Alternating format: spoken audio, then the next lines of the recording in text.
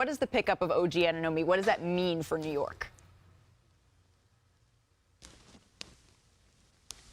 I think it means a lot for the New York Knicks. I think they could be punch a little bit more above their weight in the Eastern Conference. He's exactly the skill set every playoff team needs. Size to guard every position, literally every one. Toronto would have him guard centers sometimes, and Shanae mentioned the elite three-point shooting ability. I saw some people debating who got the best player in the trade. Is it Emmanuel Quickley or OG Anunoby? In 3 years, 4 years, maybe the conversation shifts. To me, the Knicks got the best player in the trade. They need to find a little more ball handling. Maybe they're going to miss the kind of juice that Quickley gave them, the speed, the unpredictability. But to me, this upgrades the Knicks' playoff equity. Look, are they as good as Philly, Boston, Milwaukee? I still don't think so. But all year I've said, I like this team a lot. They're feisty. They fight. They're physical. They know exactly who they are. And I think they are really, really good. Good enough that if they got the right matchup in the second round and a little bit of luck, they could make the conference finals. Well, Kendrick Perkins said that he believes that Jalen Brunson is a 1A type of player. So New York adding a piece like OG Anunoby, Perk, does that make them good enough to become true contenders in your eyes? I mean, they're knocking at the door. They're knocking at the door, but I'm not ready to let them in just yet as being a true contender, just for the simple fact, Shanae harped on this about more Julius Randle. We know what Julius Randle is going to bring in the regular season. He has shown us this in consecutive years that he could be an all-NBA caliber player. But in the postseason, it's a major drop-off in his play, in his leadership, in his body language. And I know he's caught a lot of heat from the New York fan base, but he's gained the respect back at times by bouncing back in great fashion. He's even been benched in the fourth quarter by Tom Thibodeau. Every Batman needs a Robin. Do I believe that Jalen Brunson has the capability of being the best player in any series and closing games when it mattered the most? Hell yeah. But I just don't have that faith in Julius Randle yet. And I think right now, the piece by picking up OG from Toronto, adding him into the mix is going to help Julius Randle out so much. But again, I need to see it when it matters the most. I'm not yet ready to call the New York Knicks a title contender. I think this all predicates on what does contender mean. Is the New York basketball team, the New York Knicks, are they a championship team? No, I don't think so. But I do think that they can contend with championship teams. We've seen them not shy away from big moments. And I do think you can't ignore the fact that when you get a player like OG Anunoby, it's important that you really celebrate this idea that it's great to have role players that are the best at what they do. He's the best at what he does. Knocking down threes, playing good defense, a guy that has experience being on a championship team, being that star, as Perk says, in his role. Yeah. So they may not be the championship team yet, but I love this because you're starting to see the pieces fall together. They have an identity. They have great players. And then now you get pieces that work toward that ultimate goal. So let me throw this at you, though. I'm not saying, when I say contender, right, I'm not necessarily saying, okay, championship or bust this year. Let's say making it back to the Eastern Conference Finals. Let's set that bar for New York. I wouldn't be surprised if they do that. And you know who I'm getting maybe some little vibes of, and it has to be a little bit of luck. It has to be the Julius Randle that we've seen over the last 18 games, averaging 20 points a game. The Hawks in 2021 making a run to the Eastern Conference Finals. And people say, oh, man, they had no business beating Philadelphia. They got a little bit lucky. Sure. Who doesn't get a little bit lucky in that? I feel like they have all the ingredients here. Now you're looking at, okay, do they upgrade their bench just a little bit? It's those types of pieces. That's the conversation that OG Anunoby puts the New York Knicks in. I want to bring Adrian Wojnarowski back into the conversation because we're a little over a month away from the trade deadline. What's next for New York? Well, I think both at the trade deadline and then after the season. I think if you're the Knicks at the trade deadline, is there going to be a team or teams that are trying to get ahead of the second apron phasing in after the season and moving off a big salary, a player that they might value, but they don't want to be in that second apron and have to face all the roster building limitations that come with it? That's certainly one aspect. And certainly, as you said, Malika, is there a role player, somebody who replaces an Emmanuel Quickley, who can score the ball, as Zach said, who can handle? Those are different kinds of trades. But then after the season, this is a New York team that has they have all of their own first-round picks over the next 5 years, and then we got some valuable protected picks from Milwaukee, from Dallas, that are in the next couple of seasons. Those have value in trades, and you know the formula for trying to get a big star in a trade. You get to the end of the season, a team underachieves, there's a shakeup, somebody asks out, or a team's going to make a trade, and you need that player to tell his team, I want to go to New York, or New York's on my list of 2 or 3, and preferably that's a player near the end of his contract because he's got more leverage as opposed to a player like Damian Lillard who had 4 years left, didn't have the leverage to get where he wanted. Those are the options for New York, but they're like every other organization.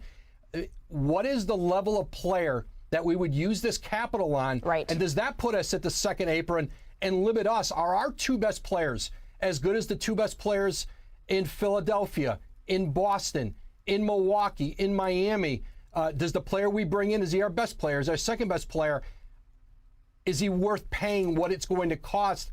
It is a difficult proposition now with the phasing in of this second apron. But the good news for the Knicks, they've got draft assets that are going to be very valuable around the league. It feels like the Knicks are in a powerful position right now. They are a dangerous team. Now it's about seeing, okay, do they want to go all in for another big move, or are they going to make that tinkering, adding a little bit more shooting coming off the bench, that sort of thing in the more immediate future? So, well, let's set the Knicks aside just for right now. This was the first trade since James Harden was dealt to LA, and that was 2 months ago. So now that another big piece is off the board, what's coming next?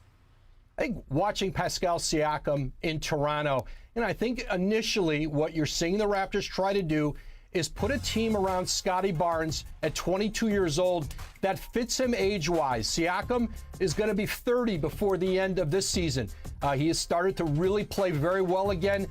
He's got value around the league, but he's also going to be a free agent. And I think if you're Toronto, if you're not going to re-sign him, you can't let him walk like Fred VanVleet walked, certainly like they lost Kawhi Leonard. That was a different situation. That was the one-year rental. They won a title. But I think for Siakam, there's some leverage in that if a team's going to trade for him, they want to know that they can re-sign him, that he'll want to be here. And that's going to dictate how much they might offer Toronto in a deal. But I do think there's a window here where the Raptors get to see what Siakam looks like with R.J. Barrett, with Emmanuel Quickley, and this group with the Raptors. But certainly, I think that's going to be a player here we're going to watch over the next month. So knowing that the Raptors are still sort of evaluating the situation, Perk, where would you like to see Pascal Siakam play? In Philly.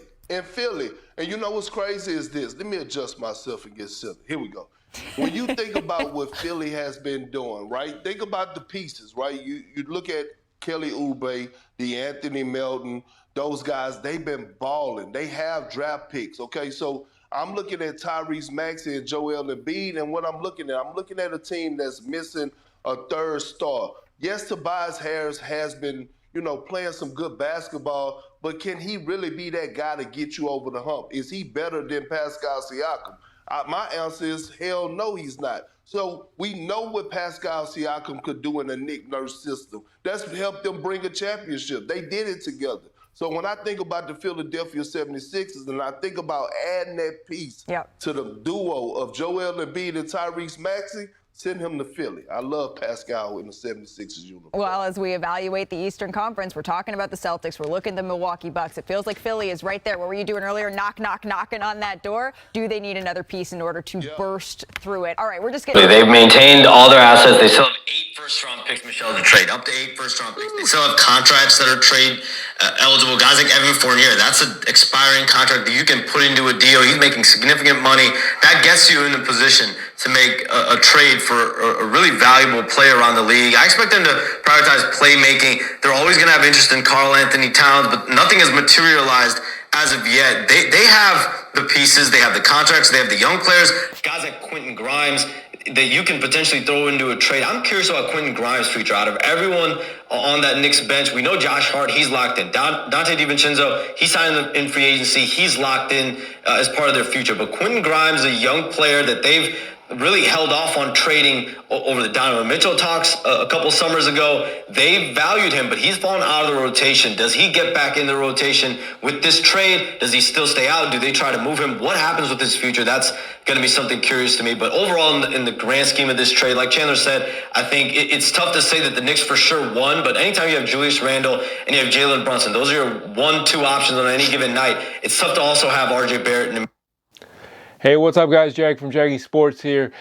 About that time, Happy New Year, and Happy New Year for the New York Knicks it was. You have OG Anunoby making his debut after that blockbuster trade, him going to the Knicks, and RJ Barrett and Emmanuel Quickley going to the Raptors. Now, a lot of people were sad to see Emmanuel Quickley go because he is up-and-coming star, and he is about to get paid a lot this year. So maybe that's the reason why the Knicks didn't want to give him that much money, because they have another trade in place, a proposal. They wanted this guy for the longest time, and now they're kind of like swinging for the fences. They got OG Anunoby covered, and they want the big cat, Karl Anthony Towns. They always wanted a center.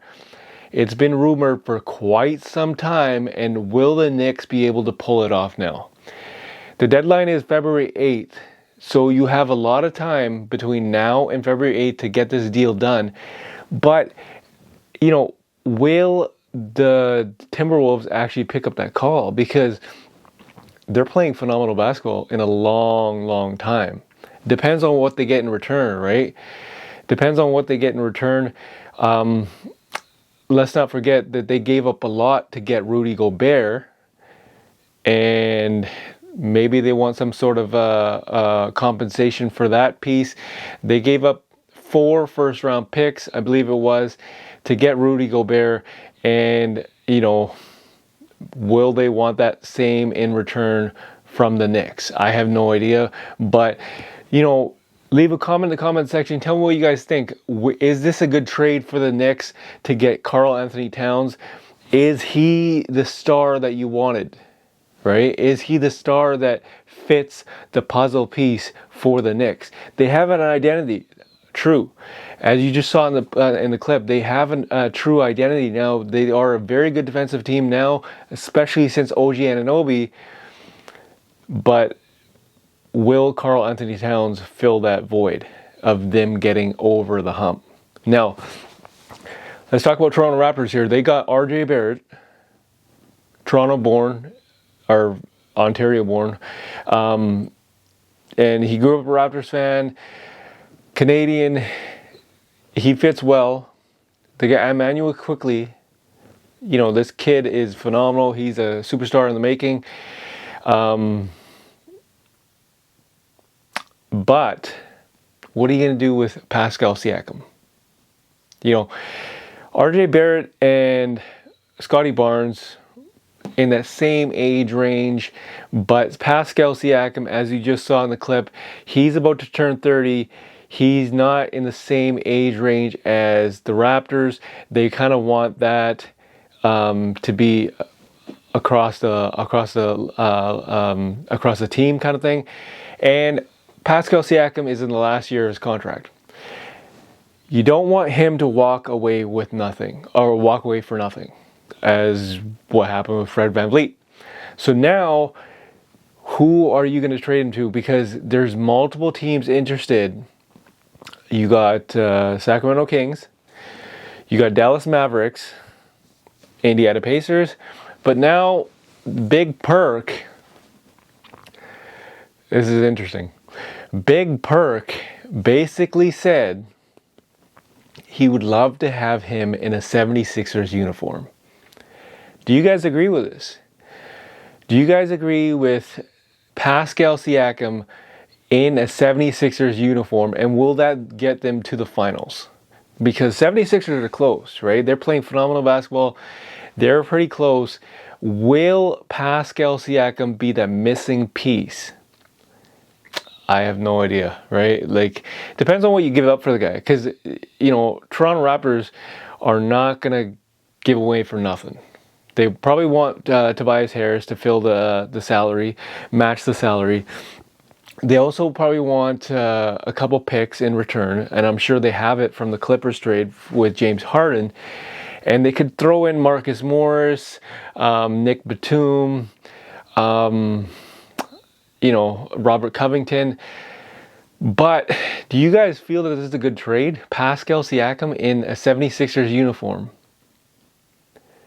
I'm not 100% sure if that fits, but then again, it may be, maybe not, right? Like, you know, that's why I'm asking you guys' opinion. What do you guys think about this Pascal Siakam rumor that Big Perk has started?